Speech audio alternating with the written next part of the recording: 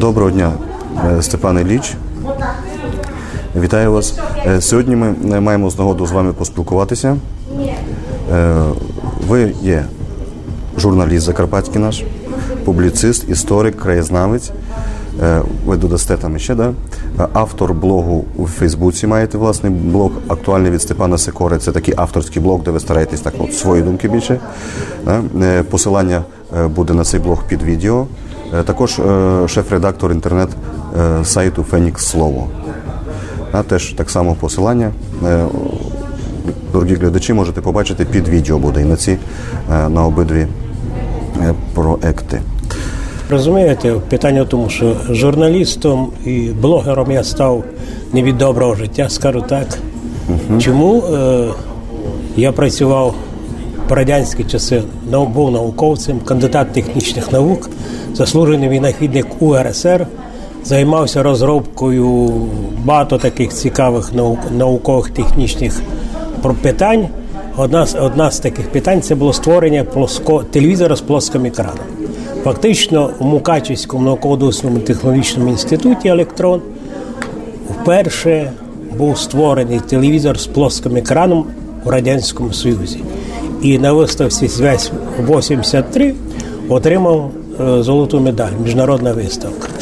Але так сталося, що Україна стала незалежною, і питання науки взагалі відпало. Тобто до влади прийшли, скажімо так, старі комсомольці, я так їх називаю. Тобто для яких головне було не наука, для яких було головне влада, збагатитися зразу. І ми побачили, що ми маємо сьогодні. Україна, яка мала великий технічний, науковий потенціал, сьогодні це країна якби третього світу. Не другого, а третього світу. Деякі ще елементи збереглися. І навіть коли недавно ми святкували 30-річчя незалежності України, і літав літак «Мрія». Самий великий вантажний літак – це як нібито гордість українського літакобудування. Чесно кажучи, дуже невдалий приклад, тому що це гордість радянського літакобудування, на якій працювали підприємства всього Радянського Союзу, не тільки Антонова підприємства, а всього Радянського Союзу. І тому так сталося, що вже в 92-му, 94-му роках вже практично ніхто не займався ні фундаментальною наукою, ні прикладною наукою, але жити щось треба. І так, враховуючи те, що я завжди привик працювати, я пішов в журналістику. Спочатку державним службовцем працював, потім і паралельно журналістом. Вроді би щось виходить. Тобто мене завжди цікавило, як науковця, завжди цікавило питання, і я старався вникати в проблему глибоко, з різних сторін. Тобто все кажуть, що те, що людина, той досвід в молоді роки, вона все одно потім все життя його використовує. Я привик мати справу із, якщо є формулювання якогось терміну, то цей термін якби чітко сформульований. Якщо, наприклад, ми говоримо про наш край, як він називається? Закарпаттям, так. Сьогодні це є нинішнє Закарпаття. Сьогодні це є Закарпаття. Одну історичну епоху це була Підкарпатська Русь. Третю історичну епоху, як згідно Сен-Жерменської угоди, це були угорські землі русинів на південь від Карпат. І був час, коли це взагалі була територія без імені, це була просто частина Угорського королівства. І коли сьогодні історики, які вважають себе істориком, коли кажуть, на Закарпатті в 18 столітті, в Закарпатті в 17 столітті, то це неправильно. Якщо додати одне слово «нинішньому Закарпатті» в ті роки, тоді Закарпаття не існувало.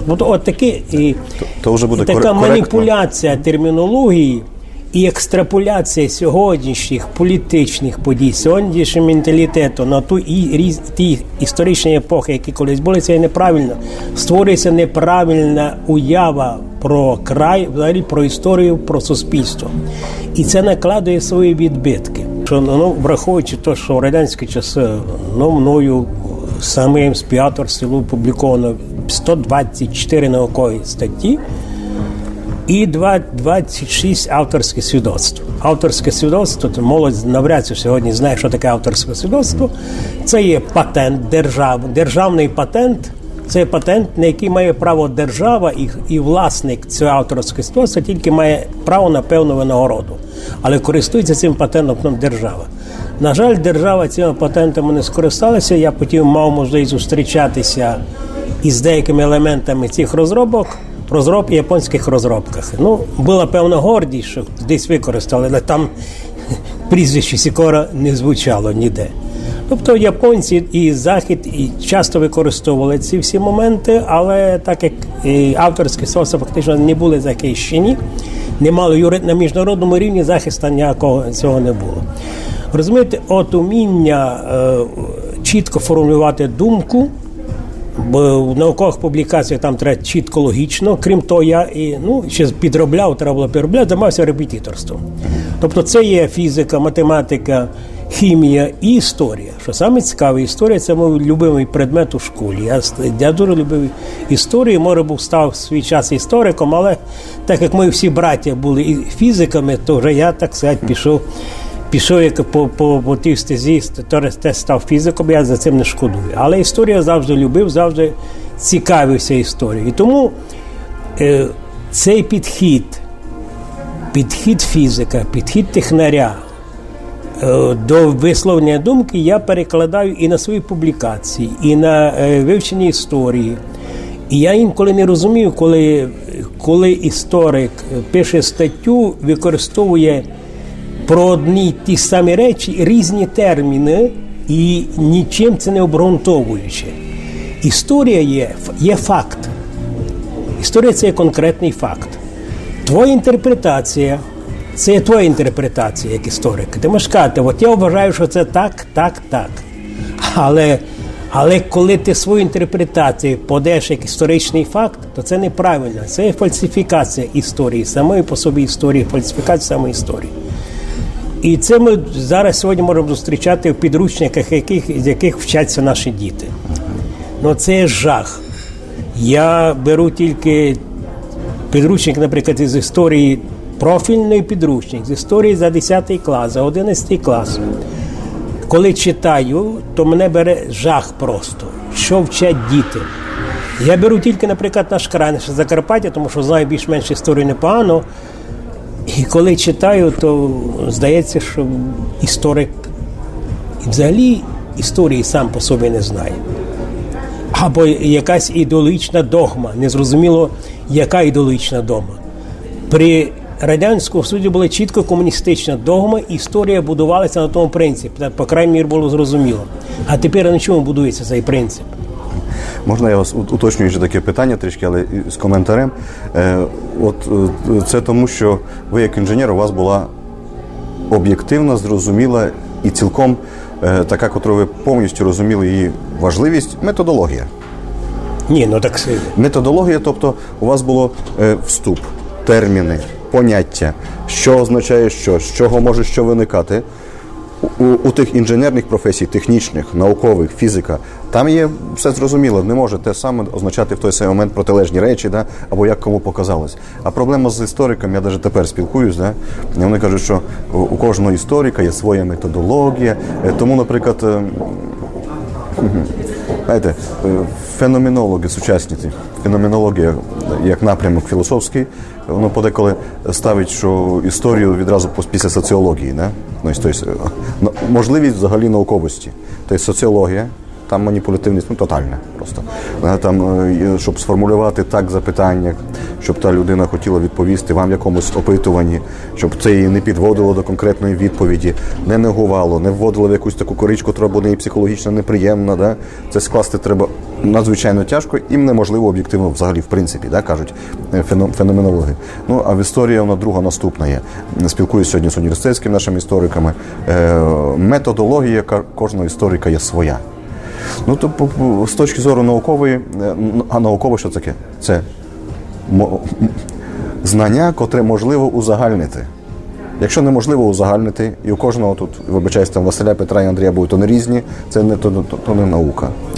То є точка зору і моє світосприйняття. Простий приклад, ви праві. От дивіться, якщо я писав наукову статтю, я відповідно резюме, вступ, викладка тих моментів. Якщо були теоретичні моменти, я викладав як теорію. Якщо було питання гіпотеза, то була гіпотеза, яка не підтверджена фактом експериментальним. Але це все оговорювало. Чітко це оговорювало. Визначаєте, то є то, то є то. То є то. Якщо ми сьогодні, я просто візьму підручник історії України за 10 клас, профільний підручник, тобто це основний підручник, по якому мають вчитися діти в наших школах. Беру розділ, який присвячений нашому краю. Написано «Українські землі під Чехословаччиною». Це рік 1919-1939. Які українські землі були під територією Чехословаччини? Де є історичний факт? Де є факт це? Цього ніде нема. Тобто на підставі чого цей вчений, цей просто той, хто писав цю книжку, на підставі чого він це трактує? Це його думка. Далі починається, що президент Масарик і міністр закордонних справ Бенеш робили все для того, щоб забрати Закарпаття. Знову термін Закарпаття. Це 18-й рік. Появляється термін Закарпаття. Далі. 8 серпня 1919 року, згідно Сен-Жерменської угоди, Карпатська Україна стала частиною Чехословацької республіки. Карпатська Україна. Яка Карпатська Україна в 19 році? Далі, незрозуміло як, появляється термін «Підкарпатська Русь», нічим це не обумовлює, і в кінці цього розділу пишеться, що згідно Сен-Жерменської угоди русинські землі на південь від Карпат. Ну так стоп. Один розділ, одна територія, за один короткий період, за 1939 рік, називається по-різному Закарпаття, Підкарпатська Русь, Карпатська Україна. Що саме цікаве, що ні одно слово за цей період не згадано про Карпатську Україну, про так звану незалежну Карпатську Україну. Чому так подається історія? Я думаю, що так же саме історія подається і по інших регіонах України. Тому що писали ті ж самі автори. Яке уявлення про наш край може створюватися у наших дітей, наших закарпатських дітей, дітей з інших регіонів України? І тепер ми бачимо, що виросло покоління молодих політиків наших на рівні України, які взагалі дивляться на Закарпаття як на край сепаратистів. І не зрозуміло, вони взагалі історію не розуміють і не знали. Вони взагалі вважають, що Закарпаття завжди було це частиною України, що це були завжди українські землі, і не розуміють, що є своя специфіка, є свій уклад думок, є свій менталітет, який дуже відрізняється навіть від галичан, які все через перевал. Невміння оцінювати конкретну ситуацію створює те, що, скажімо так, край, який міг бути воротами цивілізації для України, зараз на рівні самих відсталого краю, це у вільній Україні. Практично ніякої промисловості, нічого з боку держави не розвивається.